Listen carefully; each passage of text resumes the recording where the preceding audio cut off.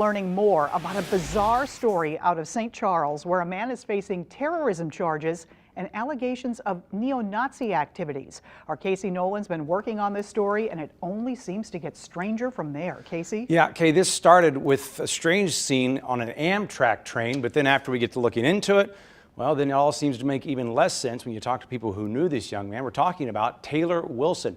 He's 26 years old. He was arrested back in October on a cross-country train trip back to Missouri from California.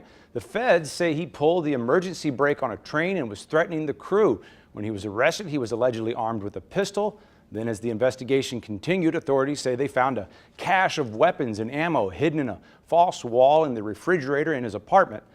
They also say a cousin told them Wilson had joined a white supremacy group, talked about killing black people, and then traveled to Charlottesville for that Unite the Right rally that turned violent last year. But neighbors who have known him since he was a little boy say this is not the polite young man they have known for years.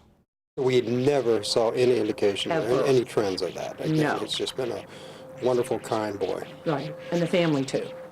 The parents, yeah. How do you make sense of that? How do you make sense of what he's accused of? I don't know.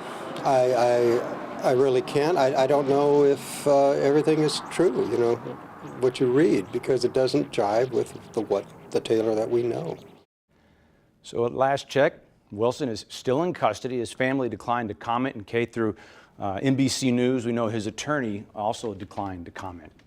So what do we know about his ties to white supremacy, which is really disturbing? Well, according to the documents, the federal authorities, they searched his phone, and when they did, they found some PDFs, some documents on there linking to white supremacy groups, also talking about ways of killing people. So some disturbing evidence there, allegedly found on his phone. But again, just doesn't square with what the neighbors we talked to. They said his family is a very religious family, that he's even helped them out on some mission trips. So completely two different pictures.